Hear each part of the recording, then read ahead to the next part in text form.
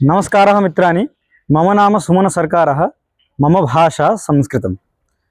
मित्राणि, सर्वेषां विदितमेव यत् श्रावणपूर्णिमायामस्यां संस्कृतदिनं तथा संस्कृतसप्ताहः आचर्यते। अतः भवद्भ्यः सर्वेभ्यः संस्कृतदिनस्य संस्कृतसप्ताहस्य च कृते भूरिशः शुभकामनाः। मित्राणि, अद्य अहं भवतां पुरस्तात् एकम् उत्तमं विषयं प्रस्तौमि। तो मित्राणि, सुष्ठु भाषितानि इति सुभाषितानि अर्थात सुवचनानि सुभाषितानि। एतानि सुभाषितानि मानवजीवनस्य कृते बहु हिताय भवन्ति। पुनः प्रश्नः भवति, सुभाषितपठनेन अस्माकं को लाभः इति प्रश्ने सति सुभाषितपठनेन अस्माकं चारित्रिक आदर्शमानव जीवनस्य कृते बहु उपयोगी भवति। तो अद्य मम स्वीकृतविषयः वर्तते दैनन्दिनजीवने संस्कृतसुभाषितानि। तो मित्राणि, वयम् आदिनं 24 होरात्मकसमये यत्किमपि कार्यं कुर्मः तत्सर्वं समीचीनतया सार्थकतया च प्रतिपादयितुं नाम विधातुम् एतानि संस्कृतसुभाषितानि अस्मान् मार्गं प्रदर्शयन्ति। यथा वयं प्रातःकाले उत्थाय एव देवान् स्मरामः। तथा एकः श्लोकः वर्तते, कराग्रे वसते लक्ष्मीः, करमध्ये सरस्वतीः, करमूले तो गोविन्दः, प्रभाते करदर्शनम्। अर्थात प्रातः उत्थाय वयं देवी लक्ष्म्याः, सरस्वत्याः, गोविन्दस्य च वयं प्रणामं कुर्मः। किमर्थं? लक्ष्मीः धन समृद्धेः देवी वर्तते, पुनः विद्यायाः अधिष्ठात्री देवी सरस्वती वर्तते, पुनः सदाचार धर्म स्य प्रतीकरूपः देवः तत्र गोविन्दः वर्तते। अतः अयं श्लोकः अस्मन् एतदेव प्रदर्शयति यत् धनार्जनं पुनः विद्यार्जनं पुनः सदाचार धर्माचरणं प्रति अस्मन् प्रेरयति। पुनः संस्कृतसुभाषितानि अस्मन् गुरुजनानां प्रति श्रद्धाभावमपि सूचयति। यथा अभिवादनशीलस्य नित्यं विद्योपि सेविनः, चत्वारि तस्य वर्धन्ते आयुर्विद्या यशोबलम्। अर्थात ये मनुष्याः नित्यं विद्यजनानां अर्थात गुरुजनानां सेवां शुश्रूषां च कुर्वन्ति, तेषाम् आयुः विद्या यशः बलं चेति 4 गुणाः निरन्तरं वर्धन्ते। पुनः संस्कृतसुभाषितानि अस्मान् वैश्विककुटुम्बभावनामपि सूचयति। तथा अयं निजः परो वेति गणना लघुचेतसाम्, उदारचरितानां तु वसुधैव कुटुम्बकम्। अर्थात अत्र अस्माकं मध्ये द्विविधजनाः वसन्ति। ये च नाम लघुमनस्काः भवन्ति, पुनः उदारमनस्काः भवन्ति। ये लघुमनस्काः भवन्ति तेषां चित्ते सर्वदा नाम संकुचितभावनाः भवन्ति, परन्तु ये उदारभावचित्ताः भवन्ति तेषां मनसि तु सर्वदा आविश्वमेव कुटुम्ब इति चिन्तयन्ति।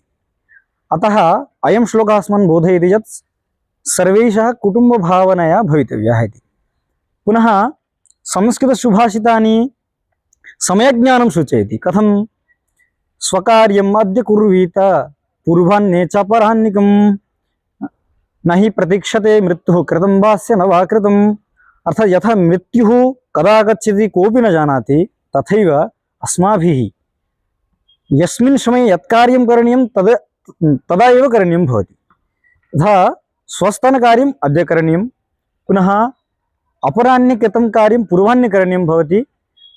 नाम अस्माकम् अलसं परित्यज्य सर्वदा कार्ये उत्साहः दर्शनीयः।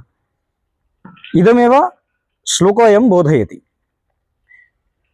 पुनः अस्माकं कार्येषु उद्यमता प्रदर्शनीया संस्कृतसुभाषितानि बोधयन्ति। तथा उद्यमेन हि सिद्ध्यन्ति कार्याणि न मनोरथैः, न हि शुप्तस्य सिंहस्य प्रविशन्ति मुखे मृगाः इति। यथा सिंहः प्रबलपराक्रमी भवति, तथापि तेन परिश्रमं कृत्वा एव भोजनं करणीयं, तथैव अस्माभिरपि मनुष्यैः सर्वदा कार्येषु उद्यमं करणीयम्। पुनः संस्कृतसुभाषितानि केवलं किं करणीयम् इदमेव न सूचयति, इदमपि सूचयति यत् किं न करणीयमिति। अतः षड्दोषाः पुरुषेणाः हातव्याभूतिमिच्छता निद्रा तन्द्रा भयं क्रोधः आलस्यं दीर्घसूत्रता इति। अर्थात ये जनाः आत्मप्रकृतिमिच्छन्ति तैः सर्वदा निद्रा तन्द्रा भयं क्रोधः आलस्यं दीर्घसूत्रता एते षड् दुर्गुणाः अवश्यमेव परित्यक्तव्याः, तदा एव तस्य आत्मप्रकृतिं सिद्ध्यति। पुनः के दुर्जनमित्राणि भवन्ति, के सुजनमित्राणि भवन्ति, इदमेव सूचयति संस्कृतसुभाषितानि। दुर्जनः परिहर्तव्यो विद्ययालङ्कृतोऽपि सन् मणिना भूषितः सर्प किमसौ न भयङ्करः इति। अर्थात मणियुक्तः सर्पः यथा सुन्दरः दृश्यते चेदपि सः भयङ्करः भवति, तथैव ये विद्यायुक्तः दुर्जनाः भवन्ति तेऽपि मणियुक्तसर्पवत् भयङ्करः भवति। अतः दुर्जनेभ्यः मित्रेभ्यः अस्माकं तत्र दूरे भवितव्यः। पुनः अस्माभिः सर्वैः सह मधुरतया भाषणीयानि। प्रियवाक्यप्रदानेन सर्वे तुष्यन्ति जन्तवः, तस्मात् तदेव वक्तव्यं वचने का दरिद्रता इति। यथा पशवः अपि प्रियवाक्यं श्रुत्वा मोदाः भवन्ति, तथैव मनुष्याणां पक्षे का वा गतिः। मनुष्याः अपि सर्वेपि प्रियवाक्यं मधुरं वाक्यं श्रुत्वा सर्वेपि आनन्दं प्राप्नुवन्ति। अतः अस्माभिः सर्वैः सह मधुरतया भाषणीयम्। अतः अस्माभिः सुभाषितानि नित्यं पठनीयानि। तेन अस्माकम् आत्मप्रगतिम् आत्मचरित्रविकासः निरन्तरं वर्धते एव। इतदेव उक्त्वा अहं विरमामि। जयतु संस्कृतं, जयतु भारतम्।